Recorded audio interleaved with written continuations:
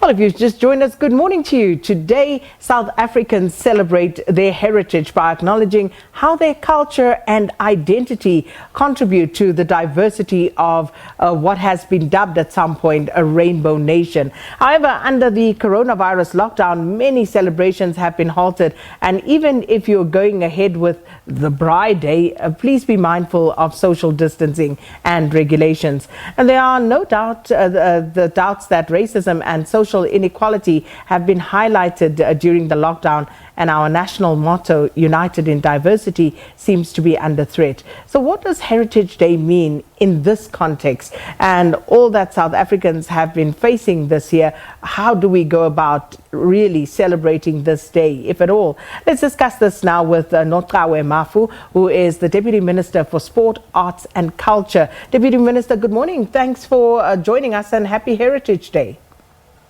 Morning, Sakina, and thanks for having me. Happy Heritage Day to you and the viewers at home. Deputy Minister, as we celebrate Heritage Day 2020 under lockdown, it seems that South Africa is a divided nation. If we ever doubted it, I mean, it is very clear now. We divided socially, we divided racially, politically. How do we then come together to celebrate this day united in our diversity? It's true, Sakina. Well, South Africa has always been a divided nation. You know our history, you know where we're coming from. So we've always been divided, both racially, both politically and socially.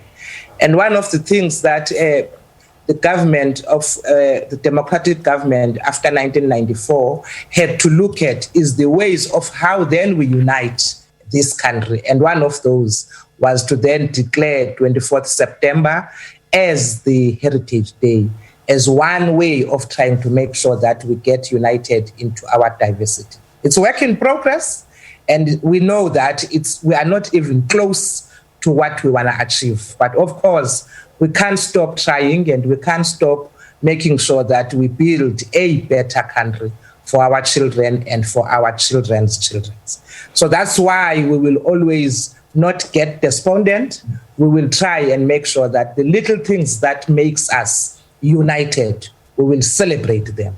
We are a nation that loves to dance, whether you are white or black, you are Zulu, you are Xhosa. There are things that are common to all of us, that are a common thread. And we try to take those things up and lift them and make sure that we celebrate them. We can't deny the fact that South Africans love to sing, South Africans love to dance, South Africans love to see positiveness even in a negative situation. And those are the things that then we should actually harness and make sure that we build a better country, because unfortunately we don't have any other choice. But the reality that we are faced with, and I look at the messages coming through this morning, perhaps easier to say for those of us who have a loaf of bread to eat, who don't have to worry about where the next meal is going to come from, Deputy Minister. But for South Africans who have lost their jobs during this lockdown, and those who haven't had a job for many years now, they are despondent. The economy is in crisis. Corruption is out of control. Crime is rampant. Lockdown has disrupted so much of our lives and the way in which we interact with each other. And this especially when it comes to not being able to celebrate these cultural festivals or festivities that you speak about, for example. How do we overcome all of this? Yeah, look, Sakina, one of the things that we have to try and do is to remember always that every one of us, we've got a role to play in nation building and social cohesion. It is not only a few or a government that must play. All of us must find what role do we have to play, despite the fact that there's a lot that is going on that is negative. And I agree with you. A lot of South Africans are living in poverty. A lot of South Africans are unemployed. And COVID-19 has made the situation worse, particularly the economic meltdown that we have been facing. But what does that mean then to us? Does that mean that then we must fold our arms? We have to look at things that must actually lift up the community.